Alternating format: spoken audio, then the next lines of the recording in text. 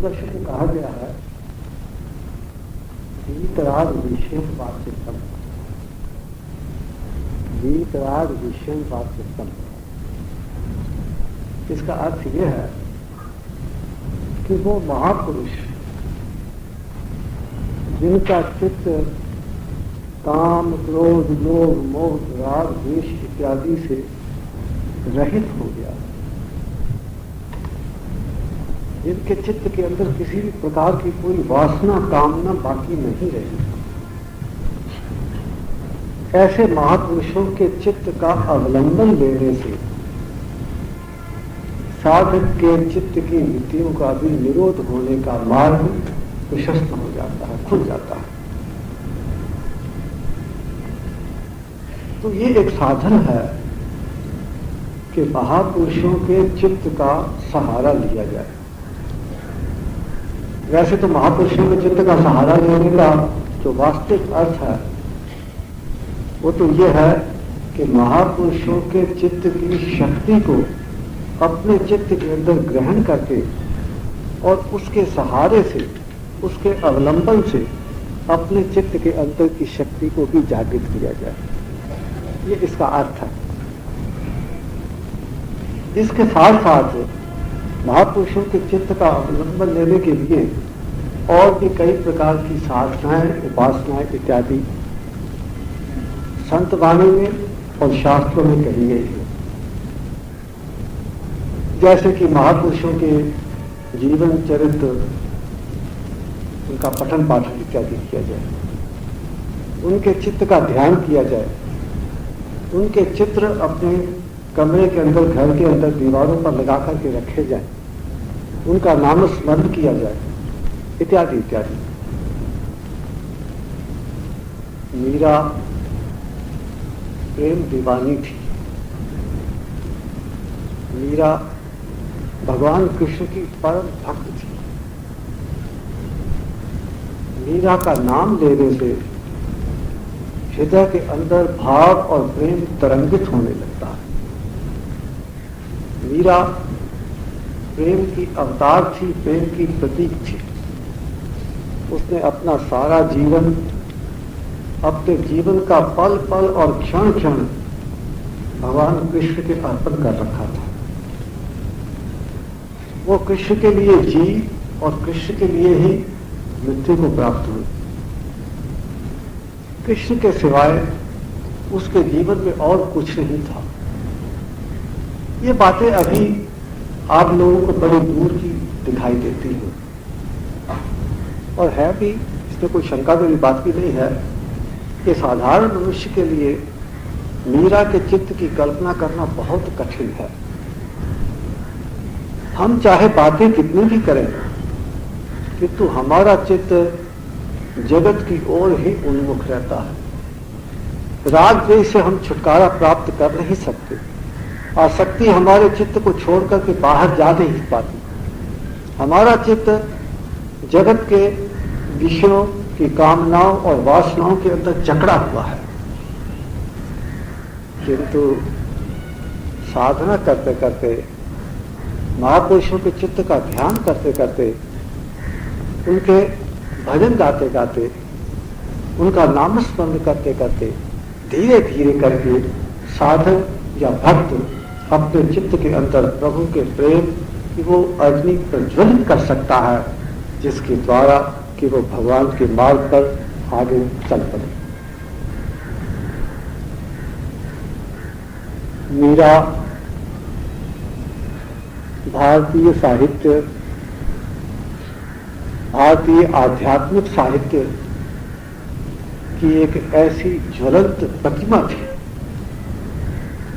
जिसका ध्यान करने मात्र से हृदय के चित्त के अंदर प्रेम और भक्ति और भगवान का अनुराग कूट कूट कर भर जाता है। हमने भी एक प्रयोग आरंभ किया। मीरा की वाणी,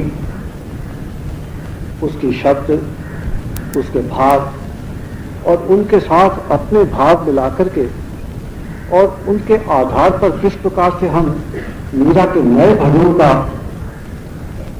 की रचना कर सकते हैं, इसका हमने एक प्रयोग आरंभ किया। ये एक नया प्रयोग है, साहित्य के अंदर अभी तक हमारे देखने में तो कहीं आया नहीं कि किसी महापुरुष की वाणी को लेकर के और उसके आधार पर फिर नई वाणी की रचना की जाए।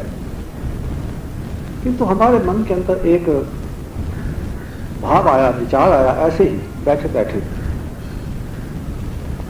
क्योंकि मीरा हमारा आदर्श है।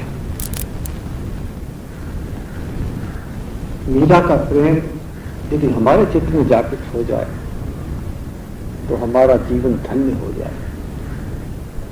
इसलिए मीरा के भाव में रहने का प्रयत्न करो, मीरा के प्रेम को अपने हृदय में धारण करने का प्रयत्न करो, मीरा की जीवन शैली और मीरा की रहनी सहनी और करनी, इसको अपने जीवन में उतारने का प्रयत्न करो। कोई मुश्किल काम नहीं है। यदि एक बार आपके चित्त में भगवान के प्रति मीरा की तरह अनुराग पैदा हो जाए तो आपका जीवन बदल सकता है। इस समय आपके चित्त में अंधेरा ही अंधेरा है, तम ही तम छाया हुआ है। वासनाएं, कामनाएं, इच्छाएं आपके चित्त के अंदर घर करके बैठी हुई है। आसक्ति आपके चित्त को छोड़ करके बाहर जा नहीं रही है। किंतु यदि महापुरुषों की कृपा हो जाए तो इस जगत जंजाल से छुटकारा प्राप्त करना कोई कठिन कार्य नहीं है। तो हमने अपने गुरुजनों का ध्यान भजन तो हम करते ही हैं, हमको गुरुजनों के अंदर भी मीरा और मीरा के अंदर हमारे गुरुजन दिखाई देने लगे। जितने भी महापुरुष हुए हैं, सूरदास हैं, तुलसीदास हैं, कबीर हैं, नानक हैं, या एकनाथ हैं, या तुकाराम हैं, या नरसिंह मेहता है, इन सब के अंदर आप अपने गुरुदेव के दर्शन करने का प्रयत्न करो और इन सब को अपने गुरुदेव के अंदर देखने का प्रयत्न करो, क्योंकि संत एक दूसरे से भिन्न नहीं होते।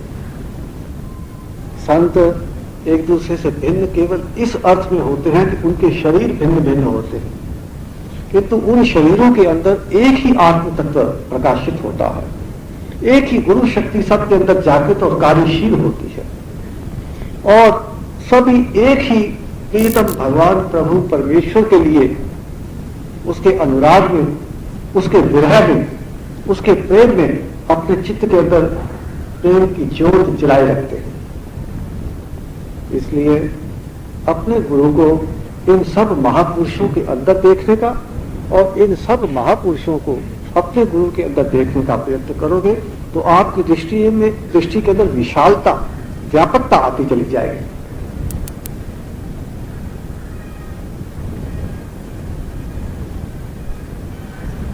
अब मैं भी एक दो मीरा के ही भजन कहता हूं। मीरा के अर्थात मीरा के भजनों के आधार पर जो हमने भजन लिखने का प्रयत्न किया, या जो हमारे भाव मीरा के भजनों के आधार पर हमारे चित्त के अंदर प्रकट हुए, उनको आपके सामने रखता हूं।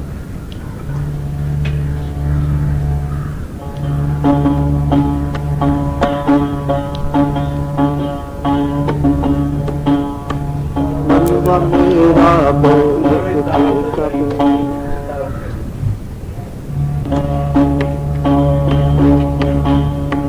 मनवा मेरा बोल उठे कब मेरे तो गिरधर गोपाल। मनवा मेरा बोल उठे कब मेरे तो गिरधर गोपाल। मेरे तो गिरधर गोपाल, मेरे तो गिरधर गोपाल, मेरे तो गिरधर गोपाल, मेरे तो गिरधर गोपाल। मनवा मेरा बोल उठे कब मेरे तो गिरधर गोपाल। मनवा मेरा बोल उठे कब मेरे तो गिरधर गोपाल। मेरा भांति चहक उठूं मैं, चहक उठूं मैं, चहक उठूं मेरा भांति चहक उठूं मैं, मेरा भांति चहक उठूं मैं। मेरे तो एक नंद के लाल, मेरे तो एक नंद के लाल। मनवा मेरा बोल उठे कब, मनवा मेरा बोल उठे कब मेरे तो गिरधर गोपाल, मेरे तो गिरधर गोपाल। मनवा मेरा बोल उठे कब, मनवा मेरा बोल उठे कब, मनवा मेरा बोल उठे कब मेरे तो गिरधर गोपाल, मेरे तो गिरधर गोपाल।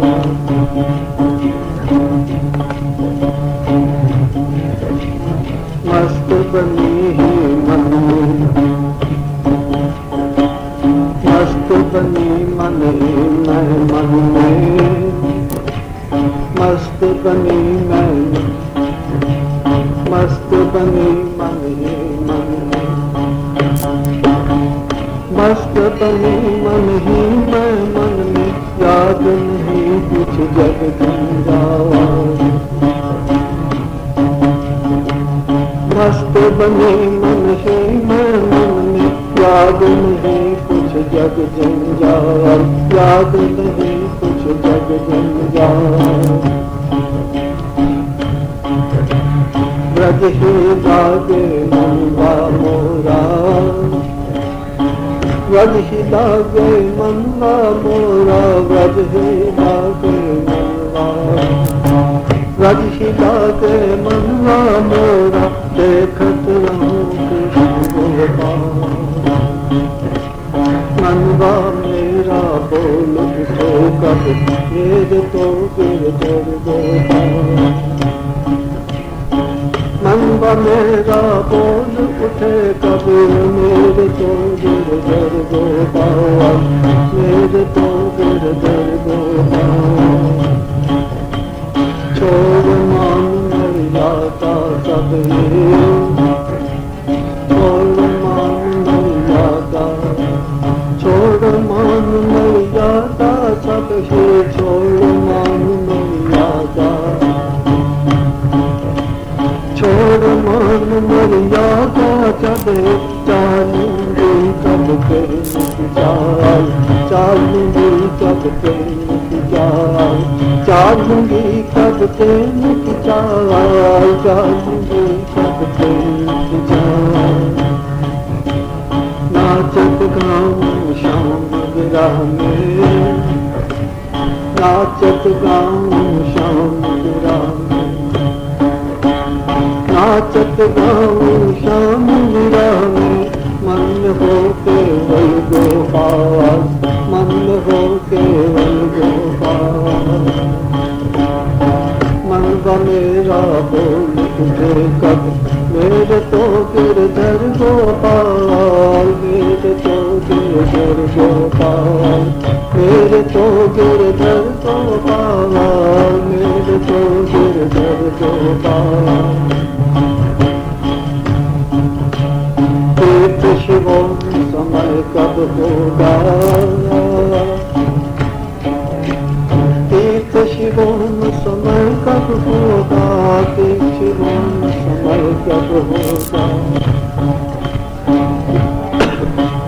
तीर्थ शिवों समय कब होगा जब की मुझ पर हो कृपा, जब की हो मुझ पर कृपा, जब की हो मुझ पर कृपा। राह तकत हूँ उस वेला के, राह तकत हूँ उस वेला की, राह तकत हूँ उस वेला की। नाच हूँ मैं संग गोपाल, नाथ तुम संग गोपाल। मनवा मेरा बोल उठे कब, मनवा मेरा बोल उठे कब, मेरे तो गिरधर गोपाल, मेरे तो गिरधर गोपाल, मेरे तो गिरधर गोपाल, मेरे तो गिरधर गोपाल। मीरा भांति चहती हूँ मैं, चहती हूँ मैं, चहती हूँ मैं, मीरा भांति चहती हूँ मैं, मीरा भांति चहती हूँ मैं, मीरा भांति चहती हूँ मैं, मेरे तो नित नंद के लाल, मेरे तो नित नंद के लाल। मनवा मेरा बोल उठे कब, मनवा मेरा बोल उठे कब, मनवा मेरा बोल उठे कब, मनवा मेरा बोल उठे कब, मनवा मेरा बोल उठे कब, मनवा मेरा बोल उठे कब, मनवा मेरा बोल उठे कब, मनवा मेरा बोल उठे कब, मेरे तो गिरधर गोपाल, मेरे तो गिरधर गोपाल, मेरे तो गिरधर गोपाल, मेरे तो गिरधर गोपाल, मेरे तो गिरधर गोपाल, मेरे तो गिरधर गोपाल। इस बात को हृदय से मानना और अनुभव करना कि जगत में हमारा कोई नहीं, हमारे केवल मात्र एक प्रभु हैं, गोपाल कृष्ण। अपने मुख से तो सभी कहते हैं, किंतु उसके अनुसार अपने जीवन का विकास करना, उसके अनुसार अपने हृदय के भाव उत्पन्न करना, वैसा दृष्टिकोण विकसित करना बड़ा कठिन है। किंतु मीरा ने अपने जीवन के अंदर अपने व्यवहार के द्वारा इस बात को सिद्ध कर दिया कि मीरा का कृष्ण के सिवाय कुछ, मीरा का यदि कोई है, उसका पति कोई है, तो केवल मात्र एक कृष्ण है। सारा जगत अस्थिर है, अस्थाई है, चंचल है। जगत के अंदर जितने भी रिश्ते नाते हैं सब कुछ समय के लिए हैं, इनके अंदर स्थिरता नहीं है। किंतु भगवान के साथ जो हमारा संबंध है वो आत्मिक संबंध है, वो नित्य का संबंध है, वो शाश्वत संबंध है, वो कभी समाप्त नहीं हो पाता, किंतु हम उसको अनुभव नहीं करते। हम तो जगत के अंदर मेरा पति, मेरा बेटा, मेरी माता, मेरा भाई, मेरा मित्र, मेरा शत्रु, मेरा अपना पराया, वो अच्छा वो बुरा, किसी के साथ किसी राग, किसी के साथ द्वेष। तो इस प्रकार से हमारे चित्त की स्थिति ऐसी है कि मीरा के चित्त की स्थिति की कल्पना करना हमारे लिए बहुत कठिन है। हमने अपने गुरु महाराज को देखा,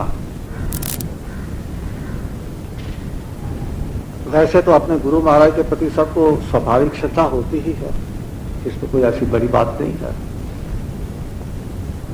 किंतु हमने बड़े ध्यान से, सूक्ष्म दृष्टि से, विचार से अपने गुरु महाराज के चित्त को समझने का जो प्रयत्न किया, तो हमको ऐसा प्रतीत हुआ कि गुरु महाराज के चित्त और मीरा के चित्त में किसी प्रकार का कोई अंतर नहीं है। जो चित्त मीरा का, जो मीरा के चित्त की स्थिति थी, वही स्थिति हमारे गुरु महाराज के चित्त की भी थी। मीरा कहती है, मेरे तो गिरधर गोपाल दूसरा न कोई। इसी भाव को हमने अपने शब्दों में, अपने भावों के अनुसार और मीरा के भावों के आधार पर यहां इस भजन को लिखने का प्रयत्न किया है। तो भक्त कहता है कि क्या कभी मैं भी मीरा की भांति इस प्रकार कह उठूंगा, इस प्रकार मेरा हृदय बोल उठेगा कि मेरे तो गिरधर गोपाल दूसरा न कोई। कोई ऐसा समय आएगा जब मैं इस बात को अनुभव करूंगा कि जगत के अंदर मेरा कोई नहीं है। मेरे यदि कोई है तो केवल मात्र एक प्रभु ही है। मैं प्रभु के लिए ही हर कार्य करता हूं। मेरा समय, मेरी शक्ति, मेरी इंद्रियां, मेरा धन संपत्ति जो कुछ भी है, ये सब मेरे प्रभु का दिया हुआ है और ये सब प्रभु का ही है। इस बात को मैं कभी अनुभव करूंगा? कभी मेरा हृदय इसके अनुसार अनुकूल क्या कभी विकसित हो पाएगा? तो मेरा भांति चहक उठूं मैं, मेरे तो एक नंद के लाल। इस बात को आदर्श रूप में आपने अपने समक्ष रखना है। मैं जानता हूं कि इस समय आपके चित्त की स्थिति ऐसी नहीं है। हम सब अभी साधन अवस्था में हैं, साधक अवस्था में हैं। हमको उधर आगे बढ़ना है, धीरे धीरे करके, राग द्वेष से ऊपर उठ करके। या तो सब मेरे हैं, अर्थात सब मेरे गोपाल के हैं, सब मेरे भगवान के हैं, या फिर मेरा जगत के अंदर कोई नहीं है, केवल मात्र एक भगवान है, एक गोपाल है। किसी भी प्रकार का दृष्टिकोण अपने हृदय के अंदर विकसित कर लो, बात एक ही है, या तो मेरा कोई नहीं या सब मेरे हैं, अर्थात सब मेरे भगवान के हैं। इस बात को अपने हृदय के अंदर अनुभव करने के लिए जिस प्रकार मीरा कह उठी, मीरा चहक उठी, मीरा गा उठी कि मेरे तो गिरधर गोपाल दूसरा न कोई। तो कहा मनवा मेरा बोल उठे कब, मेरे तो गिरधर गोपाल। मस्त बनी मन ही में, मन में याद नहीं कुछ जग जंजाल। क्या ऐसी स्थिति आएगी मेरी? मैं मन के अंदर, मन से मन में ही मस्त रहूं। जगत का जंजाल, जगत का ईर्ष्या, द्वेष, काम, क्रोध, लोभ इत्यादि मेरे चित्त को प्रभावित कर ही नहीं पाए। जैसे कि गीता पे कहा गया है कि नदियां समुद्र के अंदर मिलती हैं, किंतु समुद्र स्थिर बना रहता है, समुद्र अपनी सीमा का उल्लंघन नहीं करता। इसी प्रकार जगत की घटनाएं, जगत के विषय, विकार इत्यादि मेरे चित्त को प्रभावित नहीं कर पाए, क्योंकि मेरे चित्त के अंदर ये भाव होगा कि मेरे तो केवल मात्र एक प्रभु गोपाल कृष्ण ही है। इसके अतिरिक्त मेरा जगत के अंदर और कोई नहीं है। जगत के अंदर मैं जो कुछ भी करता हूं या करती हूं, वो सब केवल मात्र कर्तव्य बुद्धि से भगवान की, कृष्ण की सेवा समझ करके करती है। और व्रज का अर्थ है वो अवस्था जहां पर आत्मस्थिति, जिसको हम आत्मस्थिति कहते हैं, आत्मस्थिति की अवस्था अर्थात व्रज अवस्था। तो व्रज ही लागे मनवा मेरा। मेरा मन अब जगत में नहीं लगता, मेरा मन तो आत्मस्थिति की ओर आगे बढ़ने के लिए लपकता है। मेरे मन के अंदर भावनाएं उठती हैं, भाव उठते हैं, तड़प उठती है भगवान को, उस आत्मस्थिति को प्राप्त करने के लिए। तो क्या ऐसा समय कभी आएगा जब मैं केवल मात्र आत्मस्थिति में स्थित होकर के आत्मस्थिति के आनंद के अंदर मग्न रहूं और जगत मुझे दिखाई ही नहीं दे, देखत रहूं कृष्ण गोपाल। गोपाल के अतिरिक्त, भगवान के अतिरिक्त मुझे और कुछ दिखाई नहीं दे। और जगत के अंदर ये जितने भी लोग बैठे हुए हैं, सब के अंदर मुझे मेरा गोपाल दिखाई दे।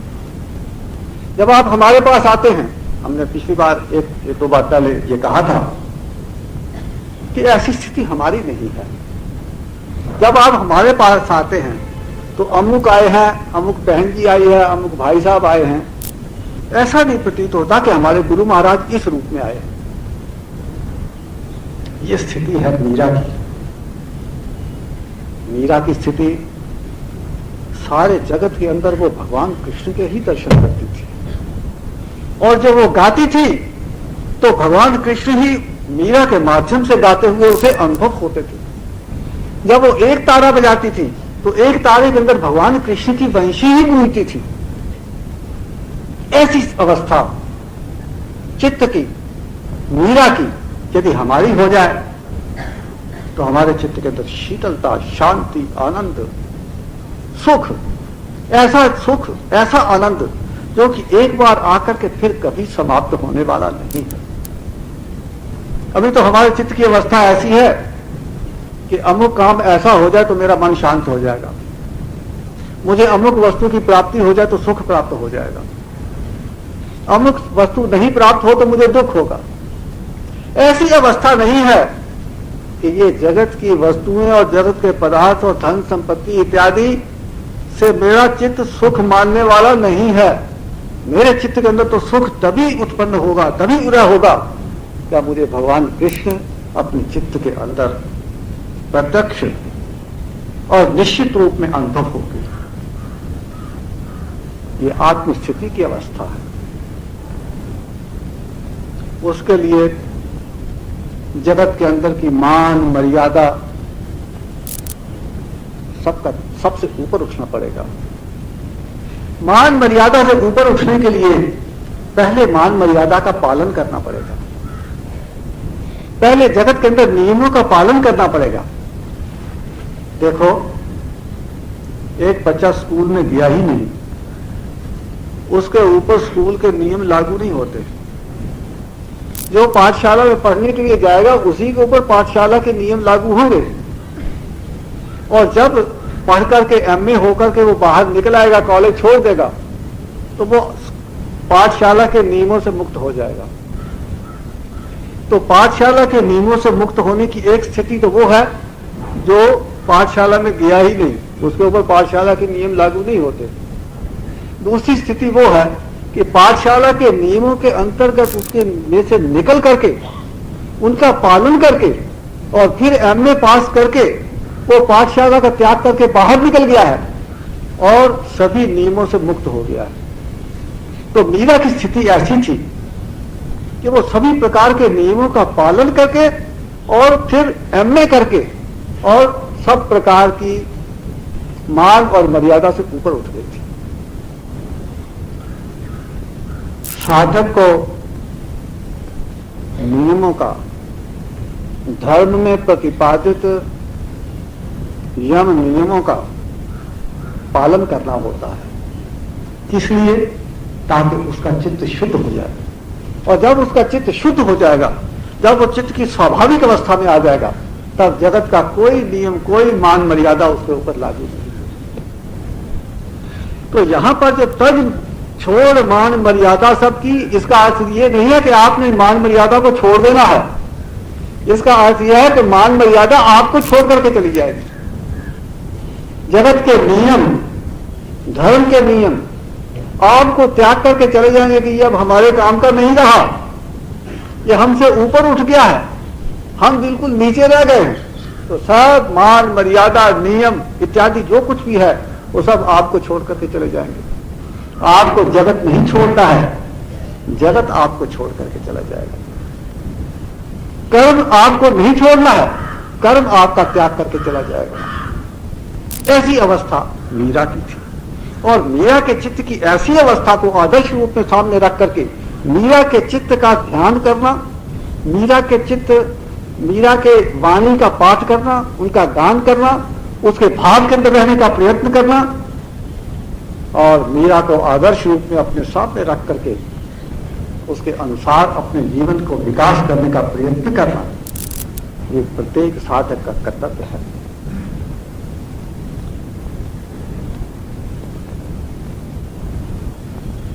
तीर्थ शिवम समय कब होगा, जब भी मुझ पर हो कृपाल।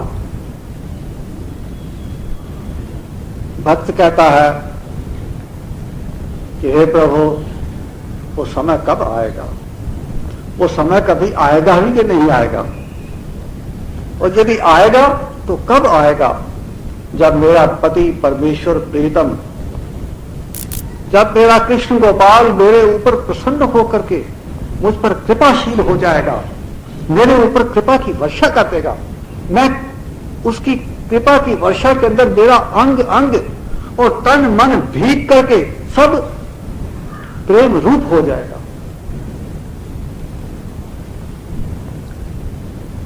जब भी मुझ पर हो कृपाल, राह तकत हूं उस वेला की, उस समय की मैं प्रतीक्षा करता हूं। कौन सा समय? जब मेरा प्रियतम मुझके ऊपर कृपा करेगा। और कृपा करने का अर्थ क्या है?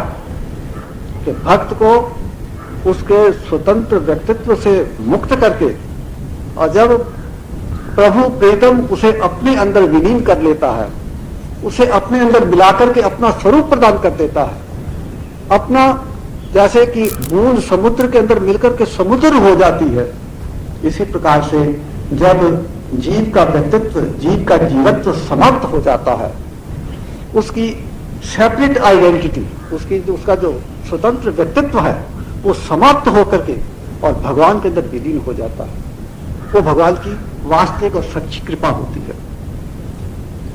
राह तकत हूं उस वेला का, यही भक्ति है।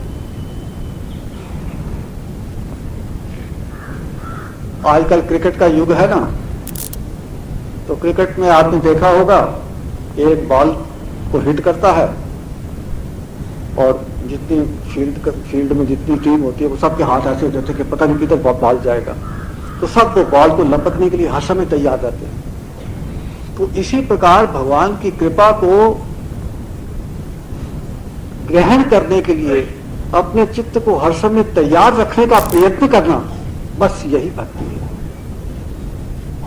यदि ये भक्ति आपको प्राप्त हो जाए प्रतीक्षा करने की, भगवान की कृपा का रास्ता देखते रहने की, उसके लिए भगवान की कृपा पर पूर्ण विश्वास होना चाहिए। जब तक आपको भगवान की कृपा पर पूर्ण विश्वास नहीं होगा, तब तक आप भक्ति की निरंतर अवस्था को नहीं बनाए रख सकते। आपकी भक्ति की अवस्था खंडित हो जाएगी यदि आपके चित्त के अंदर धैर्य नहीं हुआ तो। राह तकत हूं उस वेला की, कब? कौन सा वेला है? जब मैं नाच उठूं मैं संग गोपाल, मैं और मेरा प्रीतम एक साथ नाचें, एक हो जाएं, एक दूसरे के अंदर मिल करके अपना द्वैत भाव समाप्त हो जाए। तो भगवान के अंदर तो द्वैत भाव है ही नहीं पहले। द्वैत भाव समाप्त करना है तो भक्त को अपना द्वैत भाव समाप्त करना है। तो इस प्रकार से मीरा के जीवन को, मीरा की भक्ति को और मीरा के हृदय के अनुराग को हमें अपने समक्ष रख करके और उसके अनुसार अपने चित्त का निर्माण करने का प्रयत्न करना है। अभी वो स्थिति नहीं है आपकी, वो मैं पहले कह चुका हूं। अभी तो हम राग द्वेष के अंदर उलझे हुए हैं, वो अच्छा है, वो बुरा है, वो मेरा शत्रु है, वो मेरा मित्र है। चाहे हम स्वामी बन गए हैं, लेकिन हमारे चित्त के अंदर भाव तो वैसे, हमारा मन नहीं बदला। जैसे कबीर ने कहा ना, मन ना रंगायो रंगायो जोगी कपड़ा। तूने अपने वस्त्र तो रंग लिए हैं, किंतु अपना मन नहीं रंगा। तो हमारा अभी ये हाल है कि कपड़ा रंगवा करके तो बैठ गए, लेकिन मन अभी तक नहीं रंगा। अभी हम राग द्वेष के अंदर हैं। तो हमारी ये अवस्था है, तो आपकी ये अवस्था होना कोई बड़ी कोई ऐसी बात नहीं है जो कि बड़ी विचित्र बात हो। आपकी भी चित्त की ऐसी अवस्था है, हमारे चित्त की भी ऐसी अवस्था है। हम सब एक साथ धीरे धीरे करके आगे चल रहे हैं, आगे बढ़ रहे हैं। एक दिन महापुरुषों की कृपा होगी, क्योंकि भक्ति जो है वो महापुरुषों की कृपा से ही प्राप्त होती है। नाग भक्ति सूत्र के अंदर कहा गया, मुख्यतस्तु महत् कृपैव। महापुरुषों की कृपा से, मुख्यतः महापुरुषों की कृपा से ही भक्ति जागृत होती है। मीरा की कृपा हो जाए, मीरा कि कृपा आपको गुरु महाराज की कृपा के रूप में प्राप्त हुई, वो उसकी पहली किस्त है। भक्ति किस्तों में आती है, धीरे धीरे करके आती है। तो पहली किस्त गुरु कृपा के रूप में आपको प्राप्त हो गई। उसके बाद गुरु महाराज के चित्त का ध्यान करिए, दूसरे महापुरुषों के चित्त का ध्यान करिए, मीरा के, तुलसीदास के, सूरदास के, नानक के, कबीर के, तुकाराम, नामदेव, इनके चित्त का जब हम ध्यान करेंगे, उनके चित्त की शक्ति हमारे चित्त की शक्ति को प्रभावित करेगी। ये हमारी साधना होगी।